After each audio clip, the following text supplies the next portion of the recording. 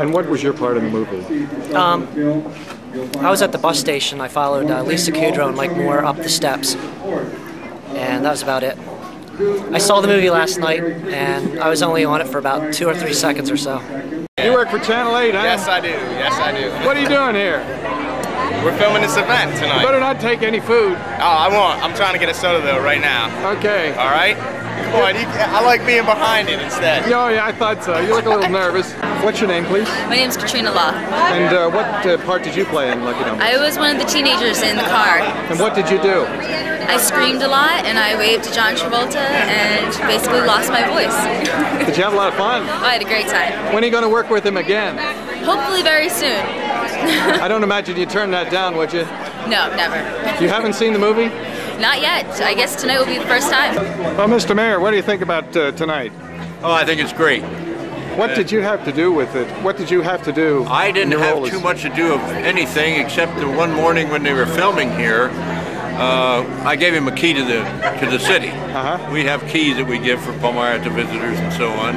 And we did that and watched the filming, and we had a chance to visit with him a little bit. And my wife here is starstruck on him, so we were following him around for a while and just had a real great time. And what did you think of the movie Numbers? You going to see Fabulous, fabulous, darling, but the popcorn was even better.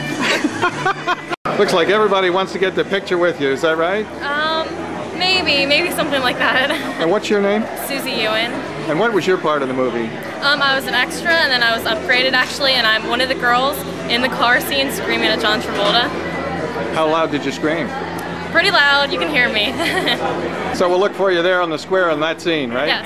And that made it indefinitely? Yes. Well, very good. Okay, well good luck to you. And what's your next project? I don't know, I hope to audition for some more movies. I don't imagine you'll work with John Travolta again.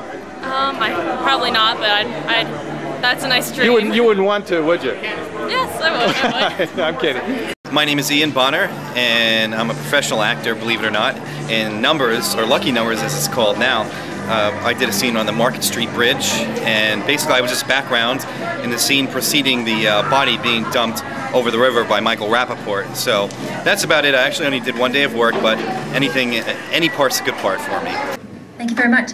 First, I want to thank you for your kind invitation, and Dan and Diane, who gave me the chance after 29 years in the classroom as an English teacher to pursue my dream.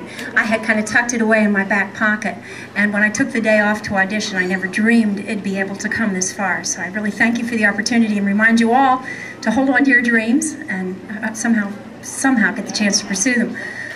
When I was chosen, they lined all the extras up in a row, and they went through and said, we'll take you, and you, and you, and I'm at the very end. And it's all I can do to stop from saying, pick me, just like the students do in my senior high classroom. You know how enthusiastic high school students are about Shakespeare. Well, I managed to keep very calm, and they got to the end, he said, and you, and then I couldn't resist it. I said, yes! I was given an X made of tape by the door where Lisa Kudrow is to emerge from the car, and I naively asked for the script, at which point I was told, oh, you just ad-lib. Well, that's not hard to do. You just ask my husband. I always seem to have something to say. So I ran out of the building. I felt a lot like a horse ready to take off at a race because I was holding onto the bar like this. And the first time we did the scene, which was with the stunt double, we came back in, and the assistant director, I think his name was Peter, is that right, Dan? He came over and he said, honey, that was wonderful, but it's a little too hyper. I thought to myself, no kidding. I've been in a classroom for 29 years. This is my chance to be in a movie. No wonder it's hyper. I said, I can tone it down. I can do this, because I didn't want the part to be given away. So we did it 2 or 3 more times with the stunt double. The fourth time when they put Lisa Kudrow in, I was not aware of the change. So the head you'll see in the scene, if they've kept it, her head is on the steering wheel. She's planned to crash into the building, and at this point the signal is that the lottery balls have been switched, so I'm to run out. So her head's turned the opposite way, and when I knock on the window and do, oh my God, you know, are you all right? She turns around and looks at me. So about the 4th time when she turns her head, it's Lisa Kudrow. And inside I'm screaming, this is Phoebe! This is Phoebe! This is the lady I wash dishes with at night. Instead, my mouth was moving and saying all the right words about, oh my God, are you all right? Let's get you to the hospital. We did that once or twice. It was more difficult for me with her because she acted dazed when she got out of the car. The stunt double walked right in. So the longer she stands looking dazed, the more I have to make up. So my hand's on her back, pushing her into the building, trying to get through the scene. She was wonderful, though. She never criticized me, and we did it, I think, 2 or 3 times. By the second time, I was feeling kind of cocky, so I'm really curious to see what I said. I don't know if Dan remembers, but I looked over my shoulder and I said, "I told her she should have had those brakes fixed." I was really on a roll at that point. They had unleashed this demon in me.